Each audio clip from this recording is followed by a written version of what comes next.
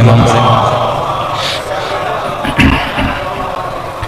بسم اللہ الرحمن الرحیم۔ رب اشرح لی صدری ویسر لی امری واحلل عقدۃ من لسانی یفقہوا قولی، اما بعد فقد قال سبحانہ وتعالی فی محکم کتابہ بسم اللہ الرحمن الرحیم کل نفس ذائقۃ الموت۔ صلوات پڑھے محمد وعلی محمد۔ دعا ہے پروردگار عالم ہم سب کی عبادتوں کو اپنی بارگاہ عالی میں قبول فرمائے، اور جس مقصد زندگی کو لے کر ان مجالس میں تشریف لاتے ہیں خدا ان مقاصد میں بھی ہم سب کو کامیابیاں کامرانیاں نصیب فرما دے۔ یہ آواز کی گونج تھوڑی سی بند کر دیں، بار دیگر صلوات پڑھے محمد وعلی محمد۔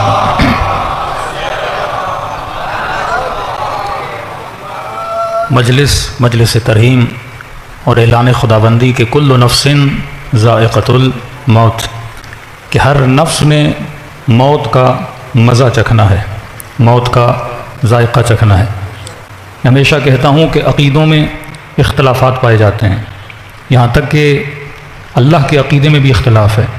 ایک بندہ وجود خدا کو مانتا ہے، ایک بندہ اللہ کے وجود کو نہیں مانتا۔ امامت امیر المؤمنین میں اختلاف ہے، شیعہ پہلا امام مانتے ہیں، کوئی صرف امیر المؤمنین کو چوتھا خلیفہ مانتا ہے۔ یعنی کوئی بھی دنیا میں ایک ایسا ملک، ایک ایسا شہر نظر نہیں آئے گا جہاں پہ لوگوں کے سارے عقیدے یکجا ہوں۔ ایک ہی گھر میں 4 بھائی ہوں گے، 4 مختلف عقیدے ہوں گے، اور یہی دلیل انسانیت ہے، کیونکہ اللہ نے انسان کو شعور دیا، انسان کو فکر دی، ہر انسان کے مزاج کو الگ بنایا، مختلف سوسائٹیز میں انسان بڑا ہوا، مختلف تہذیبوں میں انسان بڑا ہوا، لہٰذا انسان کی سوچ بدلی۔ اللہ کے وجود پر بھی انسان میں اختلاف ہو سکتا ہے، نبی کی نبوت میں بھی انسان کو اختلاف ہو سکتا ہے، لیکن علماء فرماتے ہیں ایک عقیدہ ایسا ہے جس میں کسی بھی انسان کو کوئی اختلاف نہیں ہے، چاہے ہندو ہو وہ بھی عقیدہ رکھتا ہے، مسلمان ہو وہ بھی عقیدہ رکھتا ہے، مسیحی ہو وہ بھی عقیدہ رکھتا ہے۔ اس عقیدے میں کسی بھی انسان کو اختلاف نہیں ہے، دیندار بھی اس عقیدے پہ ایمان رکھتا ہے، بے دین بھی اس عقیدے پہ ایمان رکھتا ہے۔ فرمایا وہ کون سا عقیدہ ہے؟ آواز آئی وہ عقیدہ موت ہے۔ آپ اللہ پہ اختلاف کر سکتے ہو، رسول کی نبوت پہ اختلاف کر سکتے ہو، لیکن کسی ہندو سے پوچھو گے کہ موت پر ایمان ہے، کہے گا موت پر ایمان ہے۔ مسلمان سے پوچھو گے موت پر ایمان ہے، کہے گا موت پر ایمان ہے۔ یعنی یہ ضرور زمین کوئی بھی ایسا انسان آپ کو نظر نہیں آئے گا تو یہ کہے کہ جناب میں موت کو نہیں مانتا۔ مطلب موت ایک ایسی حقیقت ہے جو سب انسانوں کو یقین ہے کہ مجھے موت آنی ہی آنی ہے۔ اب کسی نے میرے مولا سے سوال کیا کہ مولا یہ بات ذرا سمجھ سے باہر ہے، ایک ایسی حقیقت خدا پہ انسان شک کر سکتا ہے، نبی پہ انسان نبوت پہ شک کر سکتا ہے، لیکن روئے زمین ایک بھی بندہ ایسا نہیں ملتا جس کا موت پر ایمان نہ ہو، موت پر یقین نہ ہو۔ یعنی ہر انسان یہ مانتا ہے کہ مجھے موت آنی ہی آنی ہے۔ کہ مولا پھر یہ سمجھ نہیں آتا کہ جسے موت پر اتنا یقین ہے لیکن وہ زندگی ایسے گزارتا ہے جیسے اس نے کبھی مرنا ہی نہیں ہے۔ سب کو پتا ہے کہ موت آنی ہے، جب علم ہے کہ موت آنی ہے پھر یہ زندگی ایسے کیوں گزارتا ہے؟ پھر یہ ظلم کیوں کرتا ہے کہ یزید کو نہیں پتا تھا کہ موت آنی ہے پھر یزید نے ظلم کیوں کیا؟ کیا حکمرانوں کو نہیں پتا کہ موت آنی ہے پھر ظلم کیوں کیا جاتا ہے؟ پھر راشی رشوت کیوں لیتا ہے؟ پھر ظالم ظلم کیوں کرتا ہے؟ پھر غاصب غصب کیوں کرتا ہے؟ جبکہ سب کو پتا ہے کہ موت آنی ہی آنی ہے۔ اب 2 لوگ غافل ہو جاتے تو انسان بولتا 2 کی غلطی ہے، 3 لوگ غافل ہو جاتے تو انسان بولتا 3 کی غلطی ہے۔ یہاں تو لوگ یہ بھی بولتے ہیں کہ مولانا ہم 10 مجلسوں میں آئے، مجلسیں سنی، تھوڑی سی بیداری آ گئی، لیکن جیسے محرم کا مہینہ گیا، سفر کا مہینہ چلا گیا، 2 مہینے گزرے، پھر ہم بھی موت کو بھول جاتے ہیں۔ یعنی موت کے جو بھولنے والی چیز ہے وہ صرف بے دین کے لیے نہیں ہے، دیندار بھی موت کو بھول جاتا ہے، مولوی بھی موت کو بھول جاتا ہے، عوام بھی موت کو بھول جاتی ہے۔ تو یہ ایک ایسا ریزن ہے جو ہر انسان پر طاری ہے۔ اب وہ غفلت چاہے لمبی یا چھوٹی، لیکن انسان موت کو بھول جاتا ہے۔ تو یہاں پہ رسول گرامی کی حدیث ہے، فرمایا موت کو بھولنے کا سبب غفلت ہے، اور غفلت جو انسان کو ملتی ہے فرمائیے خدا خود انسان کو غافل بناتا ہے کہ یہ موت کو بھول جائے۔ سوال میں اور تردد پیدا ہوا، فرمایا اگر خدا غفلت نہ دیتا تو انسان کبھی موت کو نہ بھولتا۔ پھر سوال ہوا یا رسول اللہ خدا نے ایسی غفلت دی کیوں ہے کہ انسان قبر کو بھول جائے، انسان موت کو بھول جائے؟ ابھی آپ مجلس میں آئے، ذکر موت ہوا، موت کو یاد کیا، کل پھر جاب پہ چلے گئے، کاروبار پہ چلے گئے، بچوں کے ساتھ گھومنے کے لیے چلے گئے، پھر انسان موت کو بھول جاتا ہے۔ فرمایا اللہ نے جان بوجھ کے انسان کو غفلت دی تاکہ انسان سکون سے زندگی گزار سکے۔ مثلا خدا نہ خواستہ ہم میں سے کسی کو بتایا جائے کہ جناب آپ کو کینسر ہے اور آپ 1 مہینے میں دنیا سے چلے جاؤ گے۔ اب بتائیے میری جو پہلے پلاننگز تھی کیا پہلے پلاننگ سیم رہیں گی؟ گی. جو میں نے ارادہ بنایا تھا کہ گھر بناؤں گا, اتنا مال جمع کروں گا, اب وہ انسان کی ساری پلاننگ خراب ہو جائیں گی, بلکہ زندگی سے سکون ہی چلا جائے گا. جسے یہ علم ہو جائے کہ 2 ہفتوں میں میری موت ہونے والی ہے, کیا وہ دوستوں کے ساتھ گھومنے جائے گا؟ کیا وہ ٹی وی پہ ڈرامے دیکھے گا؟ کیا وہ کوئی گیم کھیلنے جائے گا؟ نہیں. جسے یقین ہو گیا کہ 2 ہفتوں میں مرنے والا ہوں, اب وہ 2 ہفتے یا نماز پڑھے گا, یا خود کو کمرے میں بند کر لے گا, یا دوست اور رفقا کو فون کرے گا, کوئی غلطی ہوئی ہو تو میری غلطی کو معاف کر دیا جائے. تو فرمایا یہ موت کا ذکر جب انسان سنتا ہے تو انسان دنیا میں زندگی گزارنا چھوڑ دیتا ہے, انسان کی زندگی کے مزے کرکرے ہو جاتے ہیں. تو فرمایا خدا نے جان بوجھ کے انسان کو غفلت دی, اگر غفلت نہ ہوتی یہ کبھی بھی سکون سے زندگی نہ گزار سکتا. یہ غفلت نعمت پروردگار عالم ہے. کئی ایسے لوگ آپ نے دیکھے ہوں گے جو 24 گھنٹہ موت کی یاد میں رہتے ہیں, کہتے ہیں جناب کما کر کیا کروں گا, میں نے تو مر جانا ہے, گھر بنا کے کیا کروں گا, میں نے تو مر جانا ہے. وہ جوان جس نے یونیورسٹی میں داخلہ لیا, اب اسے پتا چلا کہ 1 مہینے میں اگر میں مر جاؤں گا تو کہے گا 3-3 4-4 سیمسٹر پڑھنے کی ضرورت کیا ہے, انجینئر بننے کی ضرورت کیا ہے, ڈاکٹر بننے کی ضرورت کیا ہے. ابھی آپ اتنے سکون سے امام بارگاہ میں بیٹھے ہیں کیونکہ آپ میں سے کسی کو نہیں پتا کہ ہماری موت کب آنی ہے. لیکن اگر یہاں موت کا فرشتہ آ جائے اور ہم میں سے سب کو بتا دے کہ جناب 2 مہینے کے بعد آپ نے جانا ہے, 1 سال کے بعد آپ نے جانا ہے, آپ کے چہرے اتر جائیں گے اور بڑی مایوسی سے آپ گھر جائیں گے. اپنی پلاننگ جو آپ نے 60 سال کی ہے, اس پلاننگ کو آپ 6 مہینے تک محدود کر دو گے, 1 سال تک محدود کر دو گے. وہ محنت و مشقت جو ابھی کر رہے ہو, اس محنت و مشقت کو چھوڑ دو گے. تو پھر سوال اٹھا, یا رسول اللہ اگر غفلت خدا نے دی ہے اور بندہ غافل ہو رہا ہے تو پھر بندے کا قصور کیا ہے؟ اگر ہم موت کو ہی بھول جائیں اور آپ یہ کہہ رہے ہیں کہ غفلت خدا نے دی ہے تو اس میں بندے تو قصور نہیں ہے. فرمایا ہاں یہ غفلت نعمت بھی ہے, لیکن یہ غفلت سکے کے 2 رخوں کی طرح ہے. ایک رخ اس کا نعمت ہے, ایک رخ اس کا عذاب الہی ہے. فرمایا مولا پھر نعمت کب ہے اور عذاب الہی کب ہے؟ فرمایا اگر غفلت محدود ہو تو نعمت, اگر غفلت محدود ہو تو نعمت, لیکن اگر یہی غفلت لا محدود ہو جائے تو عذاب الہی میں بدل جاتی ہے. کہ اب محدود کو محدود کیسے کیا گیا اور لا محدود مطلب لمبی غفلت ہو تو عذاب ہے, چھوٹے ٹائم پیریڈ کی غفلت ہو تو نعمت ہے. کہ مولا اس لمبی غفلت کو توڑنے کے لیے بھی تو خدا نے کوئی سبب بنایا ہوگا کہ اللہ نے ایسے تجھے چھوڑا نہیں ہے, ہر چیز کے پیچھے اللہ نے مصلحت رکھی ہے. کہ مولا یہ تو بتائیے پھر خدا غفلت کو توڑتا کیسے ہے؟ فرمایا جو رب نے تیرے اوپر نماز کو واجب کیا, قرآن کی آیت الصلاۃ تنہی عن الفحشاء والمنکر, نماز بندے کو فحشاء سے بچاتی ہے, نماز بندے کو منکر سے بچاتی ہے. کبھی سوچا یہ نماز کیسے بچاتی ہے؟ نماز غافل کی غفلت کو توڑنے کا نام ہے. اور کبھی سوچا کہ دن میں 5 مرتبہ نماز کو واجب کیوں کیا گیا؟ فرمائیے مسجد کے مناروں سے جو اذانوں کی آوازیں آتی ہیں کہ حیا علی الصلاۃ, آؤ نماز کی طرف, حیا علی الفلاح, آؤ کامیابی کی طرف. فرمائیے غافل بندے کو بیدار کرنے کے لیے آواز دی جاتی ہے.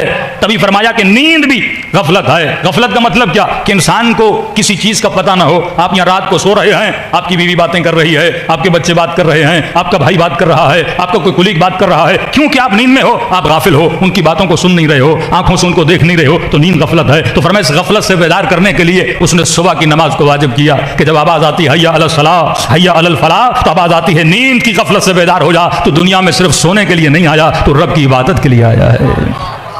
یہاں غفلت ٹوٹی, اللہ کی دربار میں 2 رکعت نماز پڑھی, اور نماز پڑھنے کے بعد پھر انسان اپنے کاروبار پہ نکل جاتا ہے. پھر جب لوگوں اور کثرت میں چلا جاتا ہے اور عالم کثرت پھر انسان کو غافل کر دیتا ہے. اب کاروبار کی باتیں ہو رہی ہیں, اب پیسوں کی باتیں ہو رہی ہیں, اب دکان پہ گاہک کھڑے ہیں کہ جناب یہ کتنا ہے, اب منافع بازی ہو رہی ہے, دنیا میں مال بندہ جمع کر رہا ہے, اور بیچ منافع کی بازار میں دوپہر عین کو آواز آتی ہے کہ حیا علی الصلاۃ, حیا علی الفلاح, حیا علی خیر العمل. یہاں فرمایا مومن کا پتہ چلتا ہے کیا یہ کاروبار کی طرف زیادہ توجہ دیتا ہے یا رب کی آواز پہ لبیک کہہ کے مسجد میں چلا جاتا ہے؟ ارے مجلس میں بیٹھ کر لبیک یا حسین کہنا آسان ہے, لیکن کاروبار کو چھوڑ کے لبیک پروردگار کہنا بڑا مشکل ہو جاتا ہے. اپنی نعمتوں میں رہتے ہوئے اس رب کی نعمت کا شکر ادا کرنا بڑا مشکل ہوتا ہے. فرمایا پھر وہ تجھے کاروبار سے اٹھا کر صبح تجھے نیند سے اٹھاتا ہے, دوپہر کو تجھے کاروبار کی کرسی سے اٹھاتا ہے اور مسجد میں بلاتا ہے کہ آ کے رب کو سجدہ کرو. پھر بندہ تھکا ہوا ٹوٹا ہوا جب شام کو گھر آتا ہے, اب انسان تھکا بھی ہے, انسان کو بھوک بھی لگی ہے, اور کھانے کے بعد پھر میٹھی نیند بھی آتی ہے. پھر آواز آتی ہے حیا علی الصلاۃ,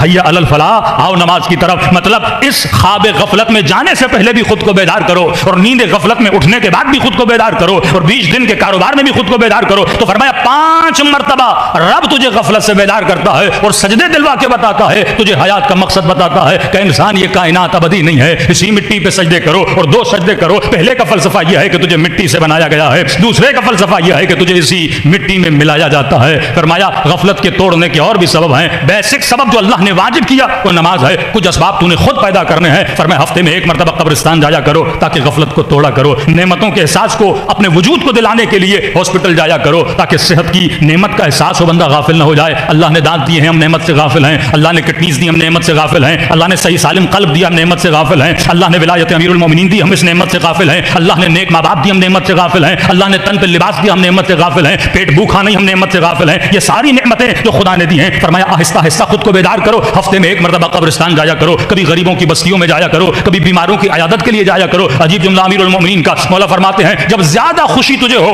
پھر بھی قبرستان جایا کرو، جب سب سے زیادہ غم تجھے ہو تب بھی قبرستان جایا کرو، اپنے وجود کو لیول اور بیلنس بنانے کے لیے قبرستان کا راستہ دیکھا کرو تاکہ تجھے پتہ چلے کہ انسان دنیا میں کس لیے آیا ہے۔ لیکن آج کل جو قبرستان بنائے جا رہے ہیں، گلستان لگائے جا رہے ہیں، سبزہ لگایا جا رہا ہے، قبرستان بندہ جائے تو قبرستان کی فیلنگ آنی چاہیے، کسی پارک کی فیلنگ نہیں آنی چاہیے، کسی ایسی جگہ کی فیلنگ نہیں آنی چاہیے کہ ہم بچوں کی پکنک کے لیے آئے ہیں۔ قبرستان کو تبھی فرمایا کچی قبریں بنایا کرو، ایسا ماحول بنایا کرو جہاں پہ احساس ہو کہ بندہ قبرستان میں ہے، یہ ابدی گھر ہے، ہم مٹی تھے پھر مٹی میں مل جاتے ہیں۔ اب فرمایا جو انسان بیدار رہتا ہے اور بیدار انسان کو جب موت آتی ہے اس کے لیے فرمایا اس کے لیے موت نہیں ہے بلکہ رب عالمین کی ملاقات کا پیغام ہے۔ صلوات پڑھے محمد و آل محمد،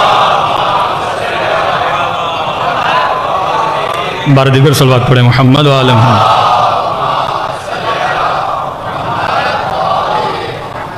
اور یہ خود مجلس امام حسین ایک سبب ہے اپنے وجود کو غفلت سے بیدار کرنے کے لیے۔ تو 5 غفلتوں، دن میں 5 مرتبہ اللہ کا سگنل آتا ہے، اگر اس نے غفلت دی بھی ہے تو توڑنے کا سبب بھی بنایا ہے۔ یعنی آپ ایسے سمجھیں کہ مالک اپنے غلام کے گردن میں رسی باندھے لیکن رسی اتنی لمبی ہو کہ اسے چھوٹ دے، اور زیادہ سرحد کو پار کر کے باہر نکلے تو پھر اسے کھینچ کے اپنی طرف بلا دے۔ تو نماز وہ رسی ہے جو بندے کو خدا سے دور نہیں ہونے دیتی، اور جس کی یہ رسی ٹوٹ جائے وہ اللہ سے اتنا دور چلا جاتا ہے پھر واپسی کی امید نہیں ہوتی۔ آؤ کربلا میں دیکھو یہ صلات کی رسی کس طرح اہل بیت نے اس رسی کو تھاما ہوا ہے۔ یہ مجلس امام حسین وہ رسی ہے جو ہمیں کیا کرتی ہے؟ بیدار کرتی ہے کہ آپ جب مجلس میں آتے ہو تو آپ کی غفلتیں دور ہو جاتی ہیں۔ یہ سننا کہ مولانا ہم نے 10 دن مجلس سنی تو وجود بڑا بیدار ہو گیا، مثلا امام حسین کے قریب ہو گئے، یہ بیداری کی بات نہیں ہے، یہ غفلت کے پردوں کو دور کیا جاتا ہے۔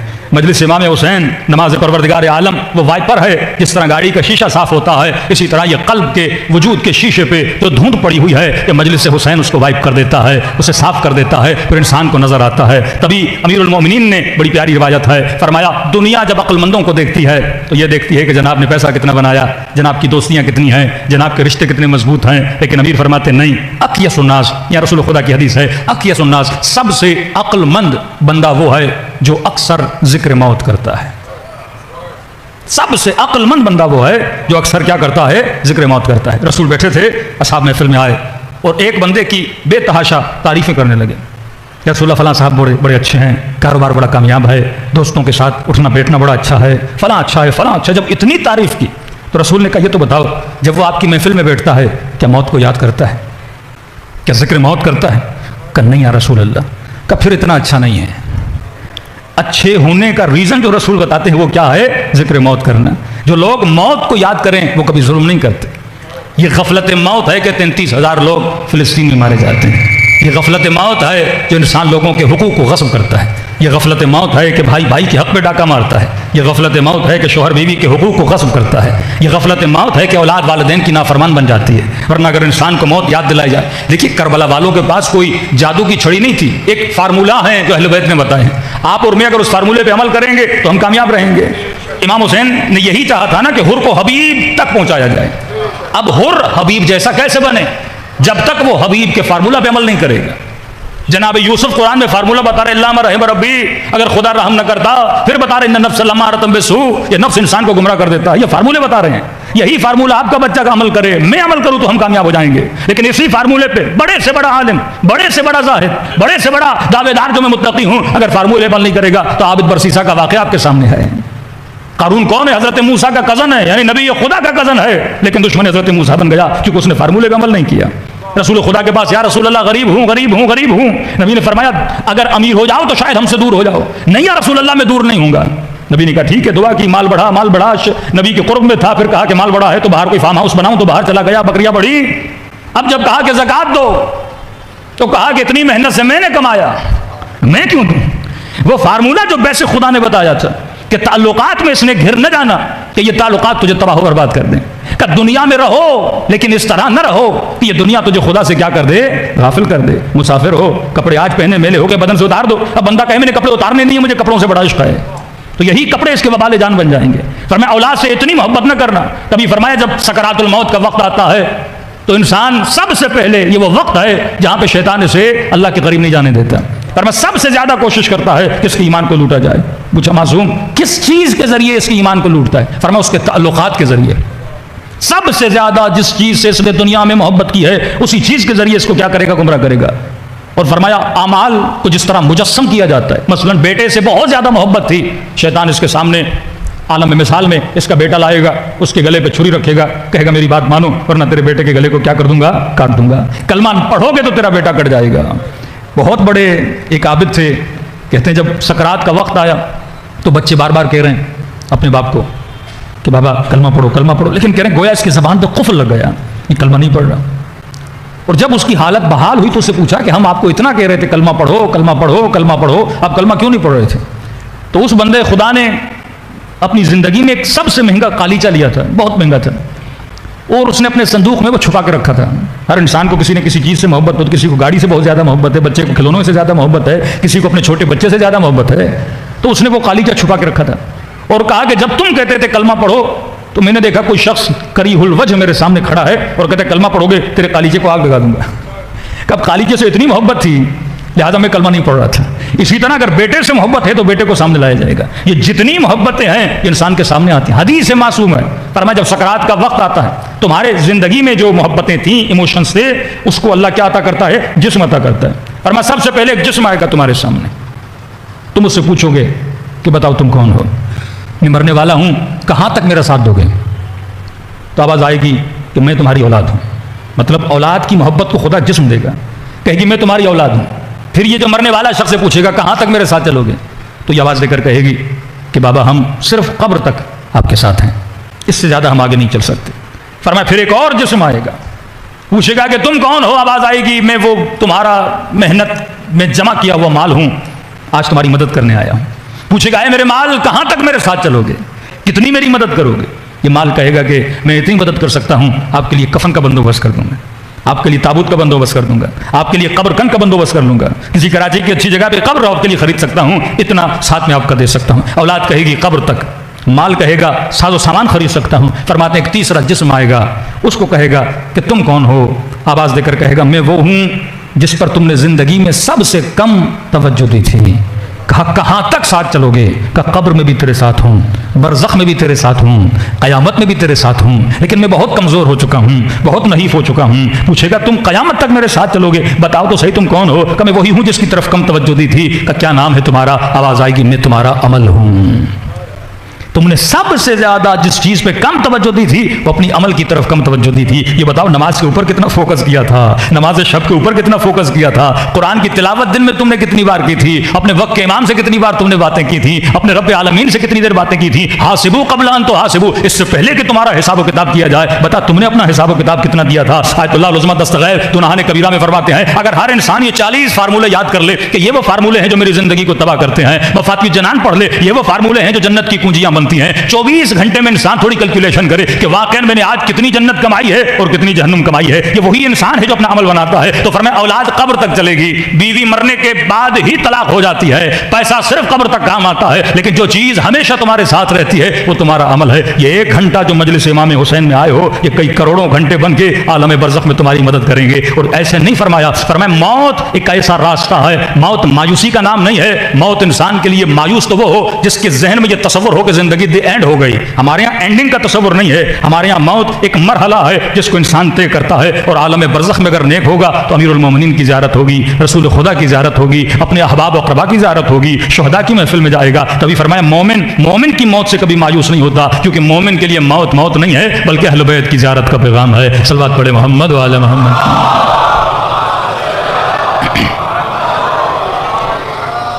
لیکن اب 5 منٹ کے لیے ذرا سوچیں کہ واقعاً یہ موت ہمیں اتنا مایوس کیوں کر دیتی ہے۔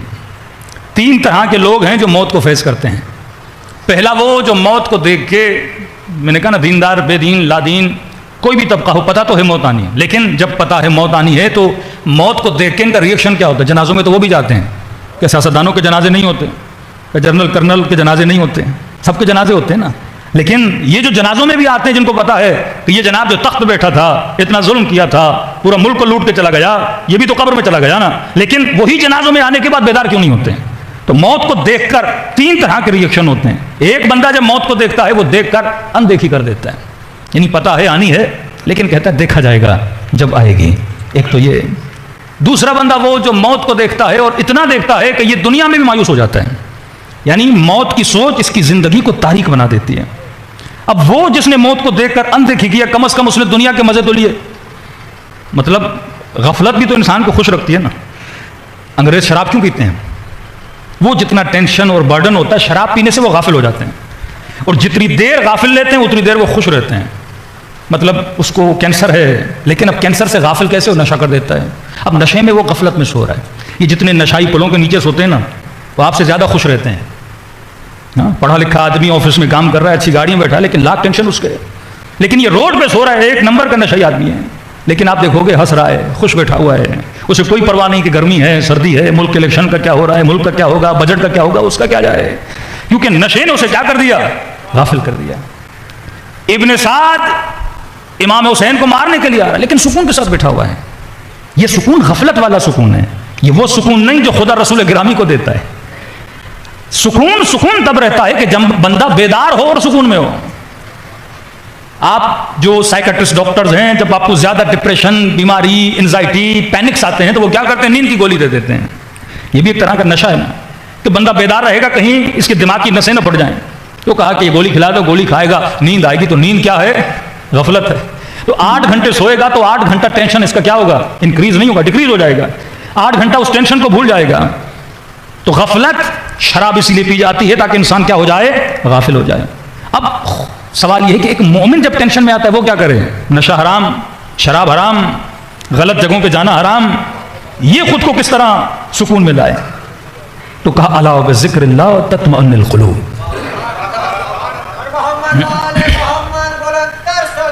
اللہم صلی علی محمد. کیا آپ نے فیل نہیں کیا کہ دنیا کے ٹینشن ہوتے ہیں لیکن جب انسان حرم حسین میں جاتا ہے کتنا ریلیکس ہو جاتا ہے؟ یہ جو ایران میں، مشہد میں، نجف میں رہتے ہیں، آپ ان سے پوچھیے، ہم نے تو لمبا عرصہ گزارا کہ جب بھی پریشانی ہو حرم معصوم میں جاؤ تو انسان ریلیکس ہو جاتا ہے. خود رونا انسان کو ریلیکس کرتا ہے. جو لوگ متواتر دعائے کمیل میں شرکت کرتے ہیں، 1 گھنٹہ 1.5 گھنٹہ دعائے کمیل میں بیٹھنے کے بعد انسان کا گویا بوجھ کیا ہو جاتا ہے؟ ہلکا ہو جاتا ہے.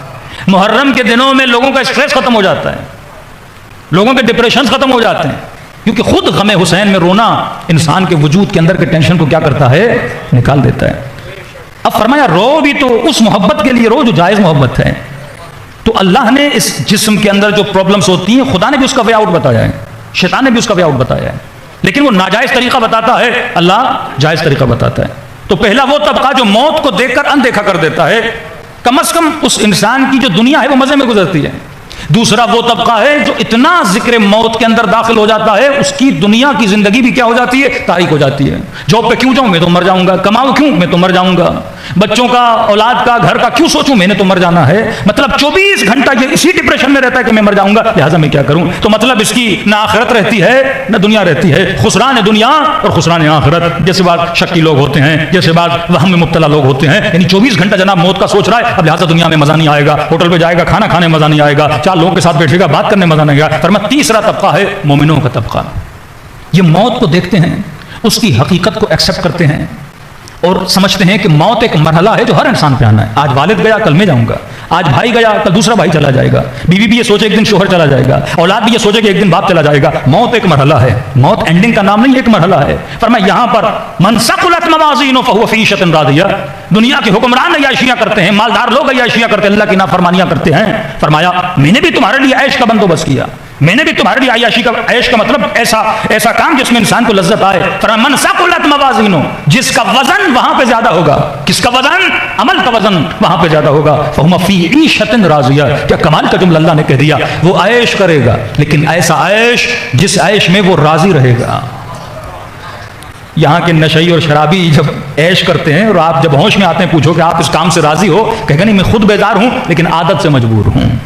گنہگار جب گناہ کرتا ہے تو اینڈ میں اس کو گلٹ فیل ہوتا ہے کہ میں نے یہ گناہ کیوں کیا، وہ تنگ ہوتا ہے اپنی عادت سے لیکن مجبور ہوتا ہے اس عادت کی وجہ سے، لیکن اللہ کہتا نہیں جنت میں وہ عیش کراؤں گا جس عیش سے تو بھی راضی ہوگا تیرا رب بھی راضی ہوگا۔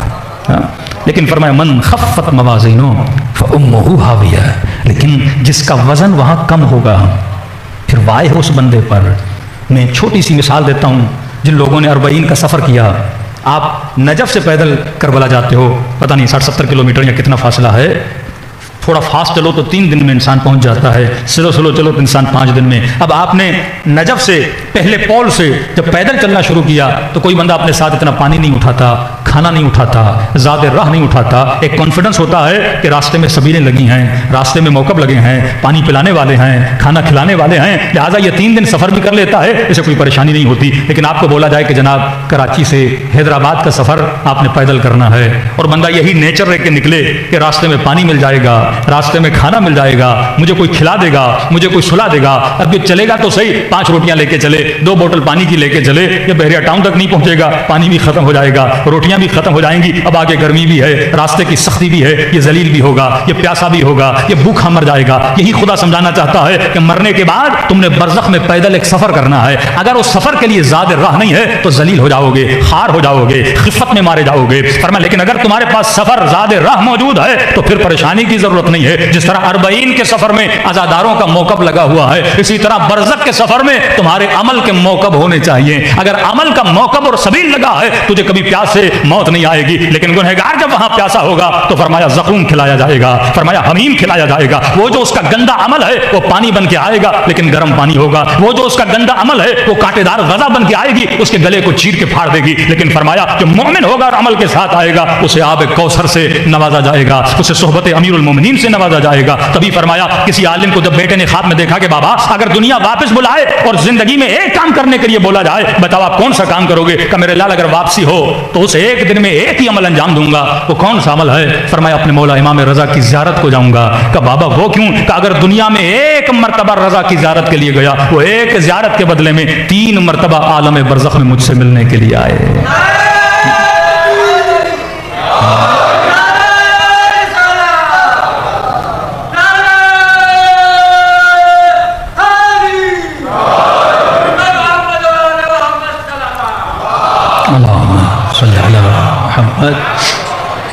وجل فرجہم۔ کسی نے سوال کیا کہ مولانا جس طرح یہاں پہ ہماری سوشل لائف ہے کیا آخرت میں بھی ایسی سوشل لائف ہے؟ جیسے میرے دادا، میرے نانا، میری نانی مرحوم جتنے ہو گئے، کیا وہاں پہ کوئی سوشل لائف ہے؟ جس طرح آج رشتہ دار ایک دوسرے سے ملتے ہیں جلتے ہیں، کیا وہاں بھی ایسا ہے؟ یعنی مرنے والے ایک اکیلے سفر پہ چلتے ہیں، تک و تنہا چلتے ہیں۔ فرمایا آخرت میں ڈیپینڈ کرتا ہے پرسن ٹو پرسن، اگر نیک ہوتا ہے تو اسے اپنے ماں باپ سے ملنے دیا جاتا ہے، اگر نیک نہیں ہے ڈیپینڈ ہے کہ یہ وادی سلام کی طرف جا رہا ہے یا وادی برہوت کی طرف جا رہا ہے۔ یہ حدیث کے جملے ہیں کہ جب بھی کوئی انسان دنیا سے جاتا ہے تو اس کے کچھ رشتہ دار اس کے استقبال کے لیے آتے ہیں اور اسے دیکھ کر ان کو خوشی ہوتی ہے۔ اس کا مطلب یہ ہے جو مر چکے ہیں وہ یہاں ہماری زندگی کو نہیں دیکھ رہے۔ بس آپ یہ سوچیں کہ مثلا 20 سال ہو گئے میرے دادا مرحوم ہو گئے تو مجھے دیکھ رہے ہیں، ایسا نہیں ہے، یہ صرف شہداء کے لیے۔ جب خدا شہداء کے لیے کہتا ہے وہ زندہ ہیں اور رزق پا رہے ہیں، مطلب وہ آپ کی زندگی کو آبزرو کر رہے ہیں، امیر المومنین آبزرو کر رہے ہیں، اہل بیت علیہ الصلوۃ والسلام ہمیں دیکھ رہے ہیں، لیکن ہر مرنے والا ہمیں نہیں دیکھتا۔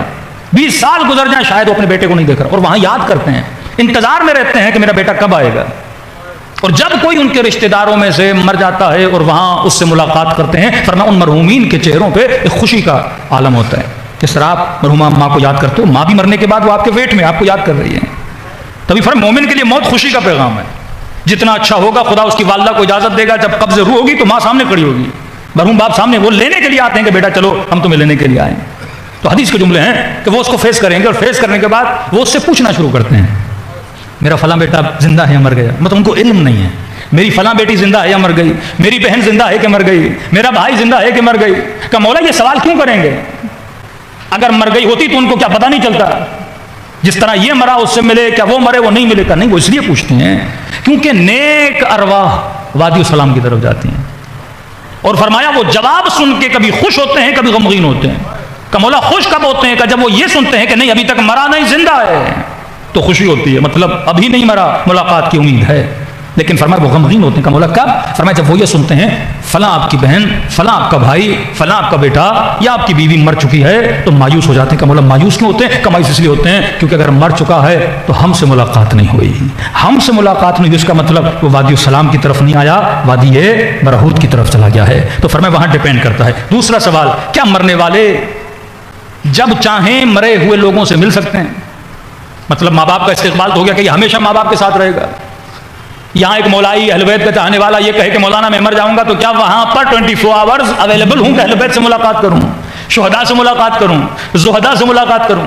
ہم مر گئے اور وہاں پہ مثلا اہل بیت سے ملاقات کرنی ہو تو کیا ہم جب چاہیں ملاقات کر سکتے ہیں؟ جس طرح دنیا میں جس کے پاس پیسے ہوں, اویلیبلٹی ہو, توفیق خدا بندی ہو, جب چاہے کربلا چلا جائے, جب دل کیا مجلس میں آ گئے, جب دل کیا مصلی پہ بیٹھ گئے. کیا وہاں بھی ایسا ہی ہے؟ کیونکہ اہل بیت تو سارے وہاں موجود ہیں. اب ہر مرنے والا جب چاہے رسول سے ملے, حضرت آدم سے ملے, حضرت ابراہیم سے ملے, شہداء کربلا سے ملے. فرمایا ایسا نہیں ہے. فرمایا وہاں پہ 2 کنڈیشنز ہیں. ایک کنڈیشن جو اوپر والے درجے پر ہیں وہ جب چاہیں نیچے والوں سے مل سکتے ہیں. مطلب حبیب ابن مظاہر ایک خاص منزلت پر ہیں. اب ایک عام مومن جب مر جائے گا تو حبیب مل سکتا ہے نیچے والوں سے. امام حسین جس سے چاہیں مل سکتے ہیں. اولیاء اللہ ایک مقام پر ہیں, کیٹیگری ہے, وہ اس کیٹیگری کے نیچے, مطلب یہاں حبیب ہے اور یہاں امام حسین ہے. تو امام حسین جب چاہے حبیب سے مل سکتا ہے. کیا حبیب بھی جب چاہے امام حسین سے مل سکتا ہے؟ تو it depends to the category. اگر وہ اس خاص جگہ پر ہے, مثلا ایک شہداء کی جگہ ہے, تو شہداء سے مل سکتے ہیں, اولیاء سے مل سکتے ہیں. حقیقی ولایت کے ماننے والے جب چاہیں اپنے مولا امیر المومنین سے مل سکتے ہیں. لیکن جنہوں نے گناہ کیے ہیں ایک لو کیٹیگری کے اندر ہیں. فرمایا نیچے والے جب چاہیں تو اوپر والوں سے نہیں مل سکتے, لیکن اوپر والے جب چاہیں نیچے والوں سے مل سکتے ہیں. نیچے والے دعا کر سکتے ہیں, استدعا کر سکتے ہیں. یہ مرضی امام حسین کی ہے, مرضی حبیب ابن مظاہر کی ہے, مرضی امیر المومنین کی, وہ جب چاہیں ملیں. اب آپ کے دادا کو دیکھا جائے گا, اگر وہ اتنا نیک ہے, اوپر والی کیٹیگری میں ہے, وہ جب چاہے آپ سے مل سکتے ہیں. لیکن اگر آپ نیک نہیں ہو, آپ جب چاہو ان سے مل نہیں سکتے. صلوات پڑھے محمد و آل محمد. تیسرا سوال, کیا عالم برزخ میں رہنے والے جب چاہیں دنیا میں آ سکتے ہیں؟ یہاں کب کب آتے ہیں؟ میرا مرحوم باپ, میری مرحومہ مثلاً والدہ, یہ جتنے مرحومین ہیں, کیا وہ جب چاہیں بیٹے کے گھر میں آئیں؟ فرمایا صرف کچھ احادیث ملتی ہیں اس ٹاپک میں کہ وہ مومنین جن کی ارواح نیک ہیں انہیں صرف اور صرف شب جمعہ اجازت ملتی ہے دنیا میں آنے کی. وہ بھی دنیا میں آ کر رشتہ داروں سے ملنے کے لیے نہیں آتے. کہا کس سے ملنے کے لیے آتے ہیں؟ کہ ساری ارواح نجف کے وادی السلام میں آتی ہیں اور امیر المومنین سے علم حاصل کرنے کے لیے آتی ہیں. اس کی تصدیق کے لیے واقعہ موجود ہے کہ جناب سلمان فارسی, بعض اوقات جناب ابو ذر سے 2-3 روایتیں ملتی ہیں کہ جب مولا علی وادی السلام سے گزرنے لگے تو مولا کا صحابی کہتا ہے کہ امیر المومنین نے وادی السلام کی قبور کو متوجہ کر کے کلام کرنا شروع کیا. ایک تو ہوتا ہے سلام ارواح کو کرنا, کا سلام کیا, پھر گفتگو کرنا شروع کر دی. اور علی امیر المومنین کی گفتگو اتنی لمبی ہوئی کہ 2.5 گھنٹے گزر گئے. یہ صحابی کہتا ہے میں بیٹھ گیا, کھڑے ہو کے تھک گیا, اور امیر المومنین کو کہا کہ مولا 2.5 گھنٹے ہو کے میں تھک گیا, آپ کس سے باتیں کر رہے ہیں؟ امام نے فرمایا تو نہیں دیکھ رہا جو علی دیکھ رہا ہے. جوق در جوق ارواح کا ہجوم زمین پر آیا ہے اور علی ان کے اندر علم کو بانٹنے کے لیے بیٹھے ہیں. تو جب امیر المومنین اس کائنات میں تھے حی و حاضر, اس وقت بھی امیر المومنین علم دے رہے تھے. اور آج اگر امیر المومنین ظاہری طور پہ نظر نہیں آ رہے, ہر شب جمعہ وادی السلام میں مومنین کی ارواح آتی ہیں اور امیر المومنین سے آ کر علم حاصل کرتی ہیں. تبھی فرمایا جب نجف جاؤ تو وادی السلام میں قبر کا نشان بنایا کرو. یہ قبر یہ نہیں کہ مجھے وہاں دفن کیا جائے, یہ قبر کا مطلب یہ ہے کہ جب میں مر جاؤں شب جمعہ اجازت دی جائے اور وادی السلام میں آ کے محفل امیر المومنین مجھے اللہ نصیب فرمائے. صلوات پڑھے محمد و آل محمد. ایک شہید کی ماں, یہ بھی ایک واقعہ ہے, کہتی وہ ہر روز رات کو, آپ نے زیارت قبور اگر پڑھی ہو تو مکروہ ہے رات کو جانا, بالاخص شب جمعہ. اچھا ہمارے یہاں لوگ جاتے ہیں شب جمعہ ہیں قبور کی زیارت پہ, لیکن علماء فرماتے کراہت ہے بالاخص شب جمعہ رات کو جانا. اس کا ریزن ہے, جاؤ دوپہر کو جاؤ قبرستان فاتحہ کر کے آؤ, صبح کے وقت جاؤ فاتحہ کر کے آؤ, رات کو کہتے نہ جایا کرو. یہ شہید کی ماں, اس کو بیٹے سے اتنا لگاؤ تھا, یہ ڈیلی بیسس پہ رات کو جاتی تھی بیٹے کی قبر پہ, کئی گھنٹے قرآن پڑھا, زیارت پڑھی, باتیں کی, گریہ کیا. یہ ماں کہتی ہے ایک دن خواب کے عالم میں مجھے اپنے بیٹے کی زیارت ہوئی. کہتی دیکھتی ہوں ایک باغ ہے بہت بڑا, جس میں صرف میرا بیٹا نہیں کئی لوگ ہیں جو بیٹھے ہوئے ہیں, نورانی چہرے ہیں, چاند جیسے چمکتے ہوئے چہرے, اور وہاں میں بیٹے سے ملنے گئی، بیٹے نے استقبال کیا، بڑے ادب سے ملا، بیٹھی اور بیٹے سے باتیں کرنے لگی۔ میں نے نوٹس کیا کہ جتنے لوگ اس خوبصورت باغ کے اندر ہیں وہ سب کسی جگہ پہ جانے کی تیاری کر رہے ہیں، وہ یا سامان سفر باندھ رہے ہیں، اور میرے بیٹے کا بھی سامان بندھا ہوا ہے۔ تو میں نے کہا کہ میرے لال یہ کہاں جا رہے ہیں؟ تو کہا کہ اماں یہ سب وادی السلام جا رہے ہیں، آج شب جمعہ ہے، لہٰذا ہر شب جمعہ مومنین کی ارواح وادی السلام جاتی ہیں اور امیر المومنین سے متاع علم اور علم معرفت کے دروازے امیر المومنین دیتے ہیں اور یہ حاصل کرتی ہیں۔ مطلب مرنے کے بعد علم کا سلسلہ بند نہیں ہے، عمل کا سلسلہ بند ہو جاتا ہے، لیکن مرنے کے بعد جو علم کی منازل ہیں، معرفت کی منازل ہیں، وہ انسان کی جاری رہتی ہیں، انسان بزی رہتا ہے۔ پر میں سارے جا رہے ہیں۔ تو کہتی میرے لال تو کیوں نہیں جا رہا؟ جب سارے کے سارے امیر المومنین سے وادی السلام ملنے جا رہے ہیں اور ہر شب جمعہ جاتے ہیں۔ کہتے اماں ہر شب جمعہ تیاری کرتا ہوں جانے کی، لیکن آپ مجھ سے ملنے آتی ہیں، اور امیر المومنین کا حکم ہے کہ جب تک ماں ہے میرے پاس نہیں آنا۔ ماں کے ادب میں، ماں کے احترام میں کہتی میری آنکھیں کھل گئیں۔ اس دن کے بعد کہتی ہے میں شب جمعہ بیٹے کی قبر پہ نہیں گئی، کہنے لگی میں اسے علی کی ملاقات سے روکوں گی نہیں، جب بھی جاتی تھی یا دوپہر کو جاتی تھی یا صبح کو جاتی تھی۔ تو مرنے کے بعد مرنا ایک مرحلہ ہے جس سے انسان گزرتا ہے، اور گزرنے کے بعد اگر انسان نیکیاں کرتا ہے تو کبھی وہ مایوس نہیں ہوتا، کبھی بڑھاپے میں ڈپریشن میں نہیں جاتا اگر اس کا عمل اچھا ہو۔ آیت اللہ العظمیٰ شیرازی سے پوچھا گیا، شاگردوں نے کہا قبلہ یہ بتائیے اگر آپ کو پتہ چلے کہ ایک ہفتے میں آپ کی موت ہو جائے گی، اس ایک ہفتے میں آپ کون سے خاص اعمال انجام دیں گے؟ جیسے ہمیں پتہ چلے موت قریب ہے، ظاہر بندہ زیادہ نمازی بن جائے گا، نماز شب کا پابند بن جائے گا، جھوٹ نہیں بولے گا، تہمت نہیں لگائے گا، گالیاں نہیں دے گا، غیبتیں نہیں سنے گا، جتنا ہو سکے وہ نیک ہونے کی کوشش کرے گا۔ اب آغا شیرازی سے پوچھ رہے، شیرازی کبیر سے، کہ یہ بتائیے کہ اگر آپ کو پتہ چلے کہ ایک ہفتہ زندگی کا باقی ہے تو آپ کیا کریں گے؟ آغا شیرازی نے ایک ہی جملہ مسکرا کر کہا میرے لال میں وہی کروں گا جو آج تک کرتا ہوا آیا ہوں۔ یہ مومن کی نشانی ہے۔ کہتے ہیں میں ایک ہفتے کا کیوں سوچوں؟ جب سے اللہ نے شعور دیا میں لمحہ بلمحہ موت کے انتظار میں رہتا ہوں۔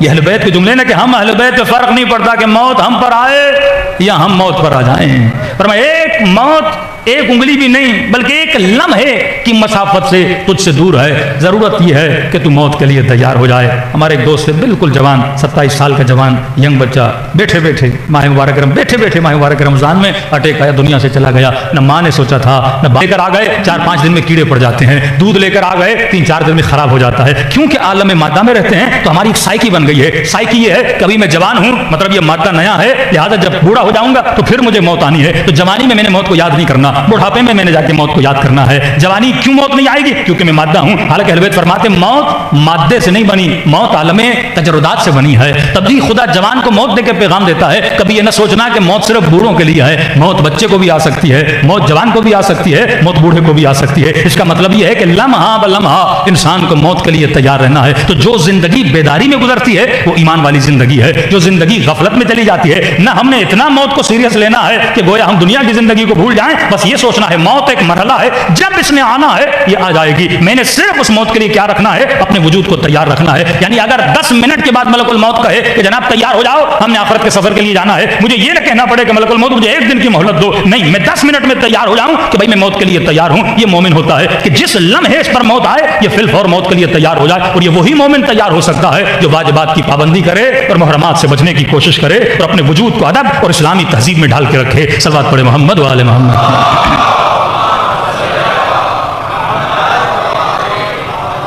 تبھی میں نے سال محرم میں بھی یہ بیان کیا تھا، تبھی فرمایا جب ایک بے دین عورت کو دفن کیا جاتا ہے تو ملائک ہنستے ہیں، قہقہے لگاتے ہیں،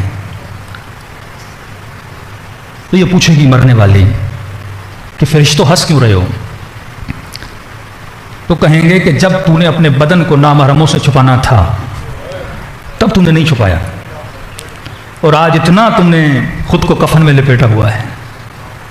جب یہ بدن لوگوں کے کام کا تھا اور تب تم نے ان سے اس کو دور رکھنا تھا، جب اس میں ہوس تھی، جب اس کے خریدار تھے تب تم نے اس نے بیچنا شروع کر دیا، لیکن اب مرنے کے بعد جب تمہارا بدن کسی کام کا نہیں ہے، یہ بدبو کا ڈھیر بن جائے گا، اب تم نے اسے لوگوں سے کیا کیا ہوا ہے؟ چھپایا ہوا ہے۔ اور فرماتے جب قبر میں ڈال کے اس کے اوپر مٹی ڈالی جائے گی پھر ملائک ہنسیں گے، پھر یہ کہے گی کہ آپ کیوں ہنس رہے ہو؟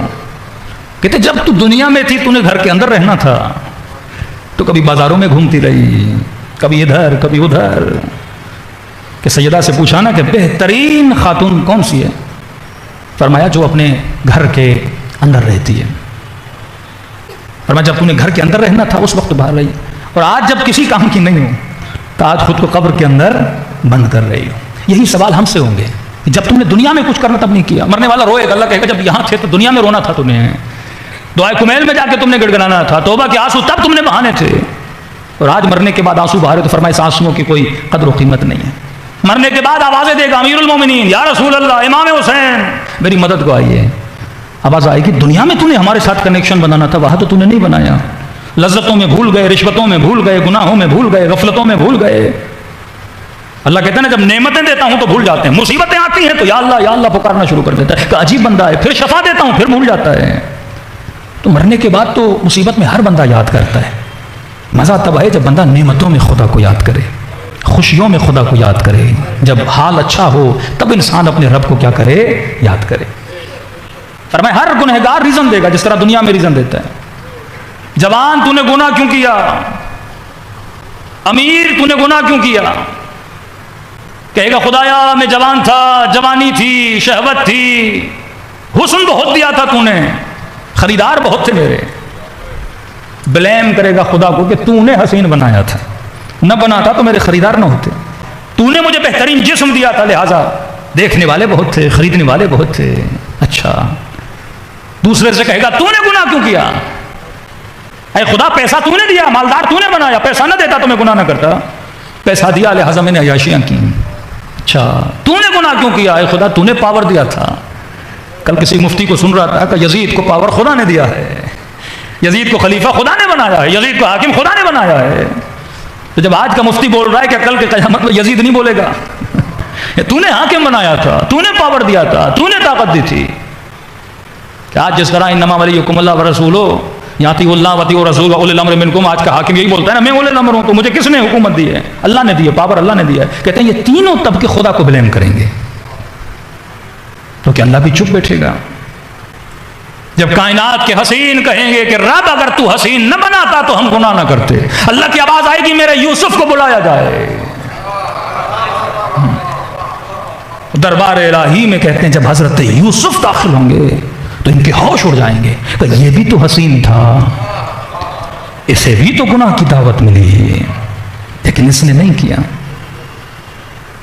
اے خدا حکومت دی تب ہم نے گناہ کیا، تو پاور نہ دیتا۔ اللہ کی آواز آئے گی میرے نبی سلیمان کو بلایا جائے کہ اس سے بڑی حکومت میں نے تمہیں دی تھی کہ پرندوں پر، چرندوں پر، جنوں پر، انسانوں پر آنکھ جھپکنے کے برابر میں تخت بلقیس کو لانے والا، اتنا پاور دیا میں نے سلیمان کو۔ کہتے ہیں دنیا کے حاکم شرمندہ ہو جائیں گے۔ اللہ کے پاس مثالیں ہیں، قرآن کبھی یوسف کی، کبھی سلیمان کی، کبھی داؤد کی، کبھی ابراہیم کی۔ یہ مثالیں کیوں قائم کر رہا ہے کہ دیکھ میں نے سب کچھ ان کو دیا لیکن مثالیں قائم کی، انہوں نے اطاعت کی۔ حر بھی ایک مثال بنا کہ گنہگار تھا لیکن توبہ کی تو حسین نے اسے نشانی بنا دیا۔ یہ مثالیں ہیں آپ کے لیے، میرے لیے، تاریخ عبرت کا مقام، لیکن مسلمانوں نے تاریخ کو جھگڑا بنا دیا، تعصب بنا دیا۔ اللہ حضرت آدم پہ تعصب نہیں کھا رہا، کھلم کھلا بتا رہے میرے آدم نے ترک اولا کیا، میں نے سزا دی، جنت سے نکال کے زمین پہ بھیج دیا، پھر توبہ کی تو میں نے اس کی توبہ کو قبول کر دیا۔ لیکن یہاں تھوڑا سا بولو کہ تاریخ اسلام میں فلاں نے غلطی کی، مسلمان غصے میں آ جاتا ہے۔ نشیوں کو ان کی غلطی کو کسی کے مذاق کے لیے بیان کرنا چاہیے، یہ تاریخ کی غلطیاں آج کے مسلمانوں کے لیے مقام عبرت ہے۔ جب ہم اپنی تاریخ سے عبرت نہیں لیتے تو حال پاکستان والا ہوتا ہے۔ جب تک انسان زندگی کے تجربے، زندگی کی مصیبتیں آپ کے لیے عبرت ہے۔ دیکھو سیرو فی الارض، زمین میں گھومو، لوگوں کی خطاؤں کو دیکھو، کس طرح ڈوبے، کس طرح جہنمی بنے، کس طرح امام حسین نے ان کو اپنی دربار سے نکالا، کیوں نکالا، حر آیا سینے سے لگایا، کیوں لگایا۔ ویسا کردار بناؤ گے تو وہ بھی تیار ہیں تجھے حر بنانے کے لیے۔ فرمایا یہ دربار کریموں کا دربار ہے، مانگنے کی دیر ہے، خلوص سے دل سے آواز دو تو اللہ کی آواز آتی ہے، ریت کے ذروں سے بھی زیادہ گناہوں میں بخش دیتا ہوں، آسمان کے ستاروں سے بھی زیادہ گناہوں بخش دیتا ہوں۔ یہ مثالیں دے رہے ہیں، گنتی نہیں بتا رہے، مطلب کتنے بھی گناہ ہوں، لا تعداد لا محدود تو نے گناہ کیے ہوں، لیکن کبھی بھی ذہن میں یہ نہ سوچنا کہ خدا معاف نہیں کرے گا۔ حر بن کے آؤ، رب کردگار تجھے اپنے سینے سے لگانے کے لیے تیار ہے۔ فرمایا میں انتظار کرتا ہوں۔ یہ چوتھے امام کا جملہ، فرمایا اللہ کی آواز آتی ہے، مجھے ملائکوں کی تسبیح سے زیادہ گنہگاروں کے رونے کی آواز پسند ہے۔ اگر خلوص دل سے رویا جائے. وقت بہت ہو چکا، تھوڑی دیر کے لیے دلوں کو کربلا کی طرف روانہ کریں. یہ واحد وسیلہ ہے جو ہمیں قرب خدا نصیب کرتا ہے. فرمایا اگر خلوص دل سے مچھر کے پر کے برابر بھی آنکھوں کی پلکیں گیلی ہو جائیں تو خدا جہنم کی آگ کو بجھانے کی طاقت یہاں سو رکھتا ہے. لیکن توبہ توبۃ النصوح کی جائے. ہمیشہ عرض کرتا ہوں، فرمایا خلوص دل سے اگر حسین کو سلام کرو گے خدا ثواب زیارت حسین عطا کرتا ہے. پوچھا مولا سلام کروں گا ثواب مل جائے گا؟ فرمایا ایک چھوٹی سی نشانی ہے، اگر مجھ حسین کو سلام کرو، اگر نہ چاہتے ہوئے تیری آنکھوں سے آنسو آ جائیں، یہ مت سمجھنا یہ تیرے آنسو ہیں، یہ حسین نے تجھے تیرے سلام کا جواب دیا ہے. جن کو سلام آتا ہے میرے ساتھ پڑھیں، جن کو نہیں آتا نام حسین ہر مومن کو آتا ہے، کم از کم زبانوں کو اپنے آقا کے نام سے معطر کریں. السلام علی الحسین وعلی علی ابن الحسین وعلی اولاد الحسین وعلی اصحاب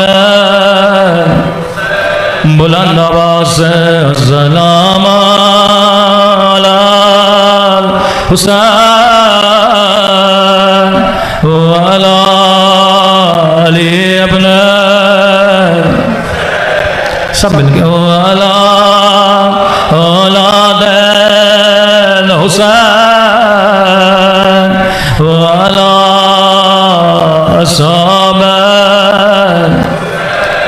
بلند آواز سے السلام علی الحسین وعلی علی ابن وعلی اولاد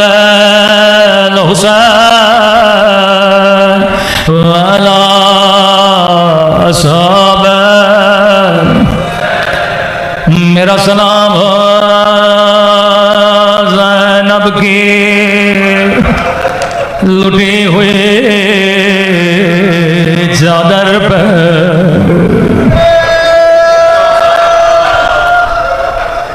میرا سلام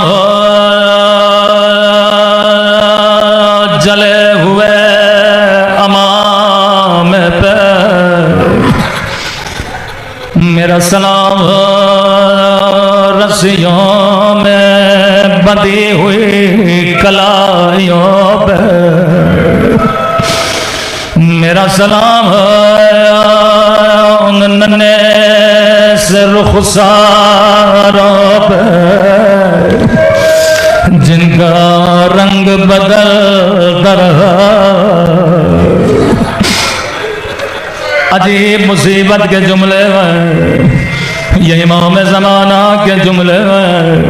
یہ نہیں کہا میرا سلام ان رخساروں پہ جن کا رنگ بدل گیا، بلکہ فرمایا بدلتا رہا. کبھی ظالم کے تماچوں نے رنگ نیلا کیا، کبھی ظالم کے تماچوں نے رنگ کالا کیا. اکثر برادران مسلم کہتے ہیں شیعہ اتنا کیوں روتے ہیں؟ میں نے کہا میں ایک حدیث صحیح بخاری کی پڑھوں گا، اس کے بعد یہ حق دیا جائے ہم کیوں روتے ہیں. رسول خدا فرماتے مسلمانوں کبھی حیوان کو بھی منہ پہ نہ مارا کرو. چہرہ چاہے انسان کا ہو یا حیوان کا ہو احترام کیا کرو. اگر حیوانوں کو مارنا ہے ادب کے لیے تو بدن پہ مارا کرو، چہروں پہ نہ مارا کرو. امام زمانہ فرماتے ہیں میرا سلام اس 4 سالہ بچی پہ جس کے رخساروں کا رنگ بدل کر کبھی کربلا میں تماچے کھائے، کبھی کوفہ کی بازار میں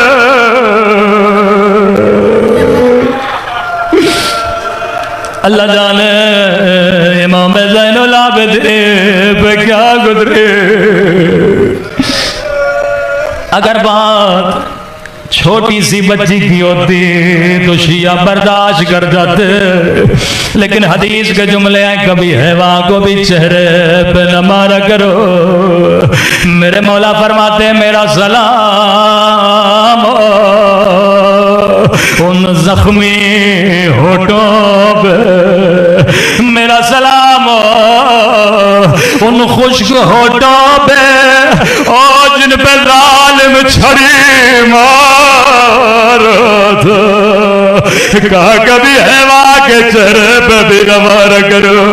انہوں نے ان ہونٹوں پہ چھڑی مارے اور جہاں زہرا بوس دیا کرتی تھی، اور جہاں رسول بوس دیا کرتے تھے. اللہ جانے یہ منظر زینب نے کیسے دیکھا. امام زمانہ اپنے ہونٹوں پہ سلام کیا. مولا میں کہوں میرا سلام ان ننھی سی آنکھوں پہ جو یہ منظر دیکھ رہے تھے. اللہ کسی بچی کو بابا کی کٹی گردن نہ دکھائے.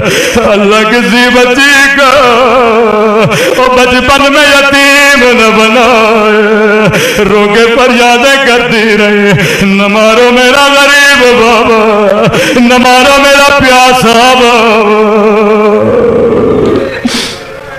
اللہ لعنت اللہ علی القوم الظالمین. پروردگار تجھے اہل بیت کے یتیم بچوں کا واسطہ، شیعہ بچوں پہ ان کے والدین کے سایوں کو محفوظ فرما. پروردگار بلخص جن مرحوم کی مجلس رکھی گئی ان کے درجات کو بلند فرما، ان کو اعلیٰ علیین میں درجات عطا فرما. سید محمد محسن کو جوار معصومین میں جگہ نصیب فرما، ان کے سفر برزخ کو آسان فرما. ہم سب کو عاقبت بخیری نصیب فرما. ہم سب کو شفاعت امام حسین نصیب فرما. ہم سب کے صغیرہ کبیرہ گناہ معاف فرما.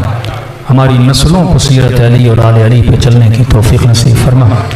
پروردگار اس کائنات سے ظلم اور ظالم کا خاتمہ فرما. ظلم اور ظالم کے خاتمے کے لیے فرزند زہرا کا ظہور فرما. ہماری آنکھوں کو نور منور امام زمانہ کی زیارت